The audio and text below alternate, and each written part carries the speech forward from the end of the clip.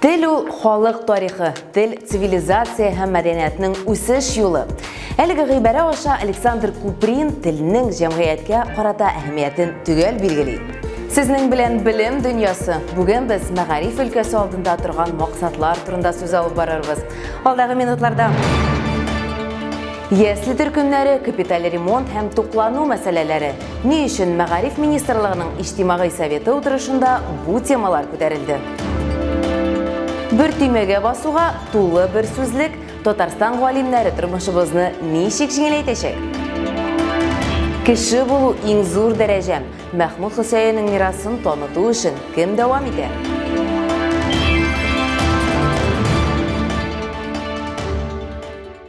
Балалар бакчаларында ясли төркемнәре санын арттыру, ресурс үзәкләре ачу, укучыларның туклану мәсьәләләрен хәл итү. Бу Татарстан мәгариф һәм фән министрлыгының иҗтимагый советы утырышында күтәрелгән темаларның бер өлеше. Мәгариф өлкәсендә хәл ителергә тиешле барлык бурыч һәм максатлар җәмәгатьчелек, әти-әниләр һәм педагоглар фикерен исәпкә алып сайлана. Приоритетта булган һәр мәсьәләдә каралырга тиеш. Алар буенча хисапта ачыктан-ачык алып барыла. Узган ел министрлык нинди нәтиҗәләргә ирешкән һәм агымдагы елда бурычлар нинди? Нияз Рахман репортажында.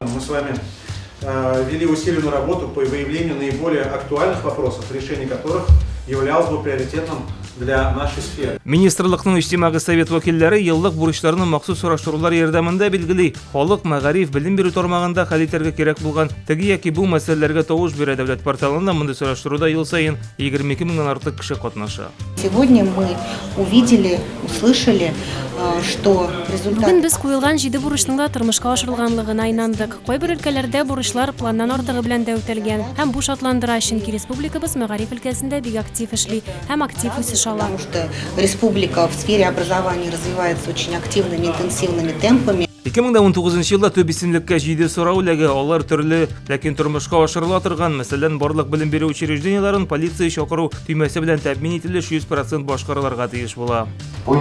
Республика президенты Рөстәм Миңнеханов инициативасы буенча барлык мәктәпләрне экстрен чакыру төймәләре белән җиһазландыру өчен акча бүлеп бирү мәсьәләсе килешенде.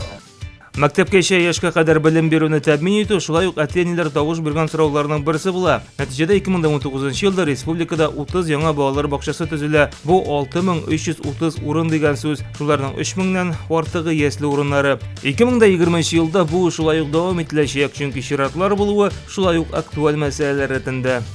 Программа строительства детских садов будет продолжена и в 2020-2021 годы. Балалар бакчаларын төзү программасы 2020 һәм 2021 елларда да дәвам итәчәк. Тагын 5050дән артык ясли урыннары булдыру планлаштырыла. Булар барысы да мәктәпкәчә белем бирүнең үтемлелеген 2022 елга кадәр 100%-ка җиткерү максаты белән башкарыла. Тавыш бирү буенча сайлап алынып, тормышка ашырылган мәсьәләләргә дә тукталыйк. Шулай ук мәктәпкәчә белем бирү йортларында ремонт эшләре, уку йортларын заманча лабораториялар белән тәэмин итү, ашату-ашау, математик, информацион технологияләрен тормышка ашыручы программалар белән эш итүче мәктәпләр санын арттыру кебек темалар да бар. Киңәшмәдә катнашучылар, бәйсез белгечләр, иҗтимагый совет берлеге вәкилләре башкарган эшләрне уңай бәяли. Все показатели и цели, которые были заложены, они... Министрлык тарафыннан куелган максатларның барысы да гамәлгә ашырылды. Хәзер министрлык 2020 елга куелган бурычлар өстендә эшли. Были сформированы общественностью на 2020 год. Мәгълүм булганча 2020 елга булган максатлар шулай ук билгеле инде. Бу өстәмә белем бирү йортларының биналары барлыгын тикшерү, төзекләндерү тәкъдимнәрен кертү, биналарның капиталь ремонт таләп итми торган мәктәпкәчә белем бирү оешмаларының өлешен 73%-тан 78%-ка кадәр арттыру, министрлыкның коррупциягә каршы сәясәтен тормышка ашыру, квалификацияле кадрлар әзерләү өчен ресурс үзәкләр санын 37дән 41-гә кадәр арттыру. Мәктәпкәчә белем бирү оешмаларында 3 яшькә кадәрге балалар белән тәэмин ителешне 20 меңнән 23 меңгә кадәр арттыру каралган.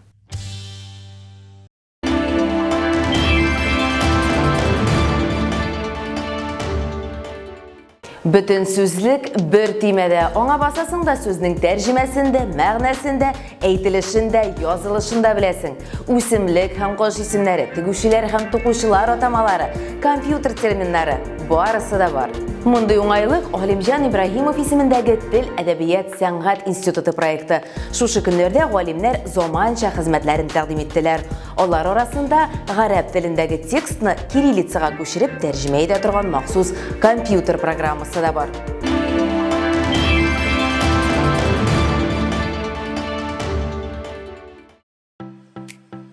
Бөтен сүзлек бер урында Татарстан Фәннәр Академиясе сайтына керәсең дә, үзеңә кирәкле сүзнең тәрҗемәсен дә, мәгънәсен дә, әйтелешен дә, язылышын да белә аласың. Һөнәри һәм тематик сүзлекләр дә шушында ук.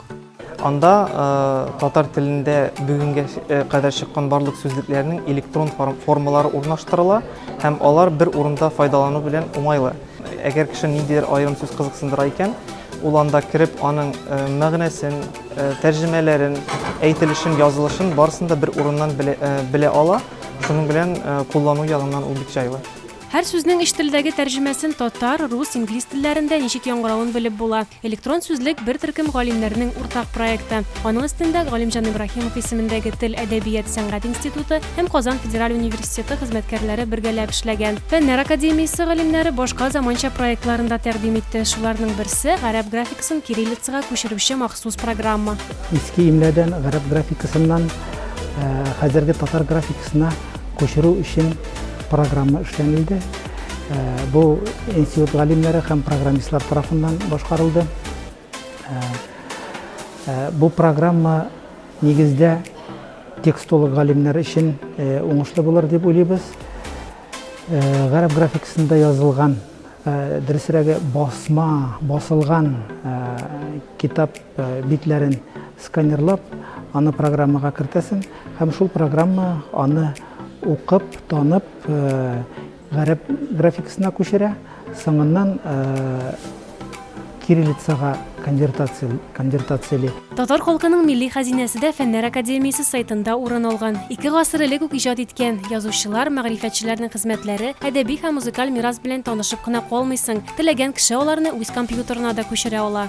Фәннәр Академиясенең сайтында TATZ дигән кушымта бар. Шул кушымта аша кирип, гомумән академиядә телгә бәйле күп кенә проектларны ачып карарга була. Шул TATZ-ка кергәннән соң сүзлекләрнең электрон фонды тамгасына басып ачып була, бик җиңел ул. Һәм бушлай һәркемгә ачык. Демәк, инде безнең барлык эшләгән эшләребезне җәмәгатьчелеккә җиткерү, матбугат аша, телевидение, радио аша үзебезнең эшләгән эшләребезне җәмәгатьчелеккә җиткерү һәм инде аны мөмкин кадәр тирәнрәк куллану, ул сүзлекләрне, ул дәреслекләрне һәм инде бүгенге көндәге электрон юнәлештә эшләребезне күбрәк чыгарган саен без инде күбрәк үзебезнең милләттәшләребезгә барып җитә алабыз. Шуңа күрә бүгенге презентация турыдан-туры менә шушы үзебезнең проектларыбызны җәмәгатьчелеккә җиткерү һәм туган телне саклауның төрле юллары бар икәнен раслауга багышланган. Галимнәр яңа буын татар теле дәреслегендә тәкъдим итте. Ул башлангыч сыйныфлар өчен Мәгариф һәм фән министрлыгы заказы буенча эшләнгән. Дәреслек 2 өлештән тора. Татар телен тирәнтен өйрәнүчеләр һәм база өлешен укучылар өчен аерым бүлекләр. Белгечләр база өлешен өйрәнүчеләр арасында да татар телен тирәнтен үзләштерергә теләүчеләр булырга мөмкин. Шуңа күрә әлеге дәреслекне әзерләдек дип аңлата. Хәзерге вакытта 17 мәктәптә бу китап буенча укытып карыйлар. Аның нигезендә 500 укучы белем ала.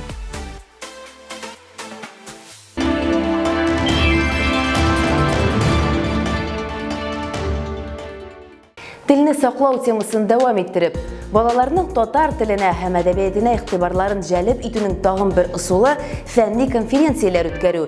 Яңа мәгълүмат эзләгән әдәби чыганаклар белән танышкан вакытта укучылар язучыларның биографияләре һәм әсәрләре белән танышып кына калмыйча, күп файдалы һәм кызыклы тарихи, лингвистик фактлар туплый. Мәсәлән, Казанның 11-нче татар гимназиясендә язучы, журналист Мәхмүд Хөсәен истәлегенә конференция үтте. Бирегә төрле төбәкләрдән килгән катнашучылар җыелган иде. Гимназиядә хәтта язучы истәлегенә булдырылган экспозиция дә бар. Әйтеп үтәргә кирәк, Мәхмүд Хөсәен Бөек Ватан сугышында да катнашкан. Конференция инде күптән мәктәп шикләреннән узган. Чарада катнашучылар белән хәбәрчебез Мәрсилә Искәндәрова танышып кайтты.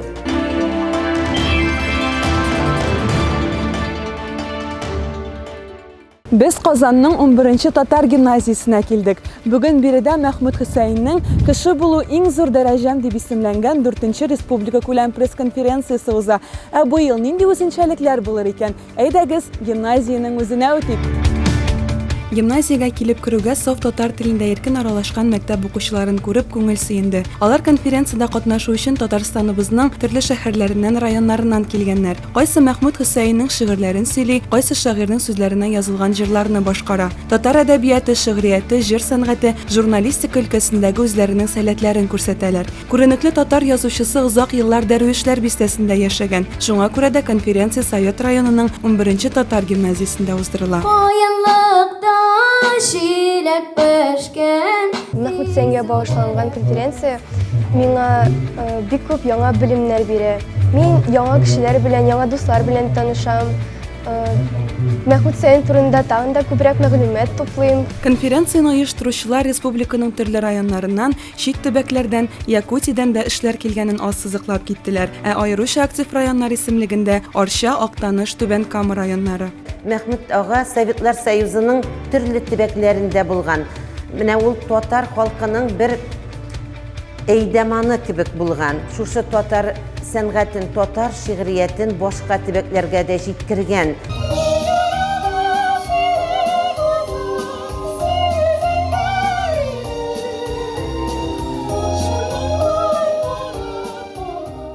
Татар теле укытучылары исә мондый конференцияләргә укучыларның теләктәшлек белдерүләре зур икәнен сөйләде. Укучылар татар теле һәм әдәбияты дәресләрен яратып укыйлар, туган телебезгә багышланган һәр чара белән кызыксыналар диялар. Фәнни конференциялар балаларның иҗади сәләтләрен үстерәләр. Тагын да телгә карата кызыксындыру уяталар. Кызыксындыру чарасы буларак мин менә халык методикасына мөрәҗәгать итәм. Чөнки халык методикасы шул кадәр бай, анда төрле өлкәгә караган кичкенә юаткычлар белән балалар бик яратып сәхнәләштерү дә аларга бик ошый.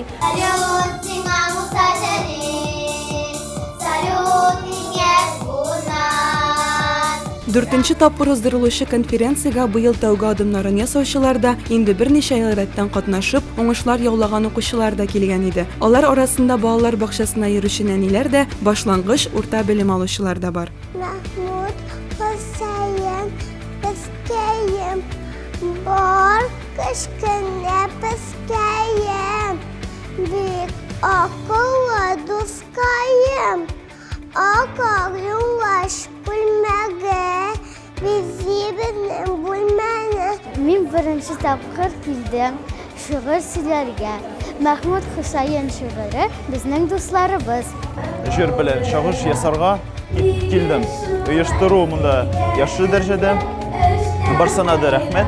Жюри әгъзалары конференцияда катнашырга елдан-ел сәләтле укучылар килүен искәртте. Телебезне үстерүгә бу бик зур адым диялар. Конференциянең үзенчәлеге Мәхмүд Хөсәйн иҗатын рәсем сәнгате аша күрсәтү, аның сүзләренә язылган җырларны башкару, шагыйрьнең шигырьләрен сәнгатьле сөйләү һәм фәнни эзләнү эшләре алып баруда.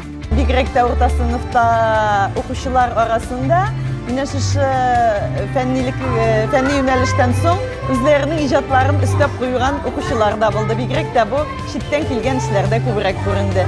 Шигырьләр, җырлар башкару белән бер рәттән катнашучыларда фәнни эзләнү күнекмәләре формалаштыру максатыннан үткен каләм остасы номинациясе дә оештырылган. Укучылар алдан әзерләп килгән эшләрен жюри әгъзаләренә тәкъдим итте. Барлыгы 400-дән артык эш кабул ителгән, иң-иңнәре дипломнар һәм шәһадәтнамәләр белән бүләкләнде. Без 11-нче гимназиядә Мәхмүд Хөсәйн исемендәге музейга кердек. Әлеге музей 2016 елда барлыкка килгән һәм инде пресс-конференцияның да башлангычына этәргеч булып торган. Бу музейда инде Мәхмүд Хөсәйннең китаплары, аңа бүләк ителгән китаплар һәм инде аның шәхси әйберләре дә урнашкан. Конференцияда катнашкан һәр бала туган телен һәм мәдәниятен саклауга үз өлешен кертә.